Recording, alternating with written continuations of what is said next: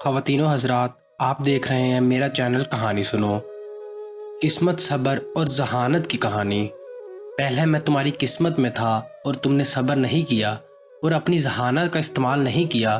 تم مجھے اپنی قسمت سمجھ کر اپنی بھوک مٹانا چاہتے تھے، لیکن دوسرے شخص نے صبر کیا اور اپنی ذہانت سے مجھے فروخت کر کے بہت سے پیسے کمائے اور اپنی قسمت بہتر بنا لی۔ ایک دفعہ کا ذکر ہے، ایک غریب شخص ریگستان میں سفر کر رہا تھا۔ اسے بہت بھوک اور پیاس لگی تھی۔ اس کے پاس کھانا اور پانی بھی موجود نہیں تھا۔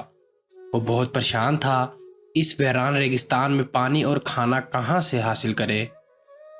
چلتے چلتے اس کی نظر ایک جنگلی مرغے پر پڑی۔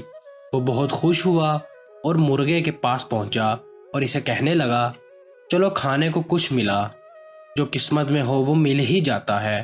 مرغے نے اس کی بات سن کر اسے جواب دیا، قسمت سے زیادہ اگر تم اپنی ذہانت کا استعمال کرو تو تم اپنی قسمت کو بھی بہتر بنا سکتے ہو۔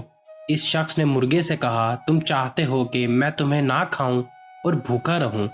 مرغے نے اس شخص سے کہا، سوچ لو، میں تمہارے لیے ایک وقت کا کھانا ہوں۔ اگر تم مجھے نہ کھاؤ اور تھوڑا صبر کر لو تو ہو سکتا ہے تمہاری تقدیر بدل جائے اور تمہاری قسمت میں بہت بہتری ہو۔ اس غریب شخص کو کبھی کبھار گوشت کھانے کو ملتا تھا، اس لیے وہ لالچ میں آ گیا۔ اس شخص نے مرغے سے کہا، نہیں، میں تمہیں ضرور کھاؤں گا، آج مجھے بہت دنوں بعد گوشت کھانے کو ملا۔ اس نے سوچا، اگر مرغے کو ذبح کر کے اس کا گوشت اپنے پاس رکھ لیتا ہوں، کیونکہ ابھی آگ جلانے کا سامان نہیں اور کہیں یہ مرغا اڑ نہ جائے۔ اتنی دیر میں ایک اور شخص سواری پر سوار اس کے پاس سے گزرا تو پہلے شخص نے اسے آواز دی اور کہا، مجھے بہت بھوک لگی ہے اور کھانے کو کچھ نہیں میرے پاس۔ یہ مرغا ہے لیکن آگ جلانے کا سامان نہیں، اس لیے میں اسے ابھی نہیں کھا سکتا۔ اگر تم کچھ کھانے کو دے دو تو میں اس مرغے کو ذبح کر کے تمہیں بھی کھلاؤں گا۔ اس نے سوچا، کیوں نہ کھانے کے بدلے میں اس شخص سے مرغا لے لوں اور اسے کھانا دے دوں۔ یہ بہت نایاب مرغا ہے اور اچھے داموں بک جائے گا اور میں اور بھی ضرورت کی چیزیں خرید سکوں گا۔ اس گدھے پر سوار شخص نے مرغ والے سے کہا، تم کھانا پانی لے لو اور مجھے یہ مرغ دے دو۔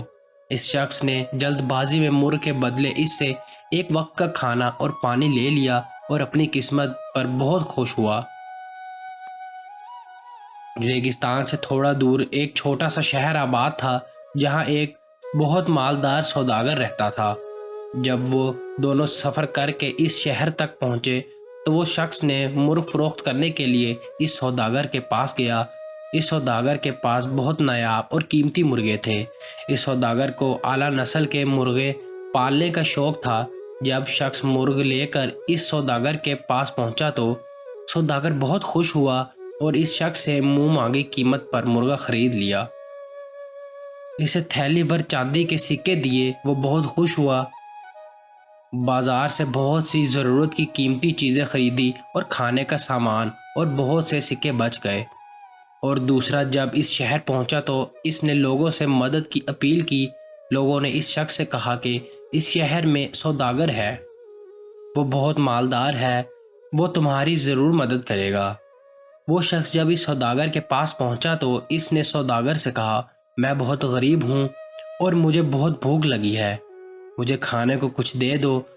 سوداگر نے اس غریب شخص سے کہا، مجھے مرغوں کی دیکھ بھال کے لیے ایک شخص کی ضرورت ہے، تم میرے مرغوں کی دیکھ بھال کیا کرو، اس کے بدلے میں تمہیں 3 وقت کا کھانا دیا کروں گا۔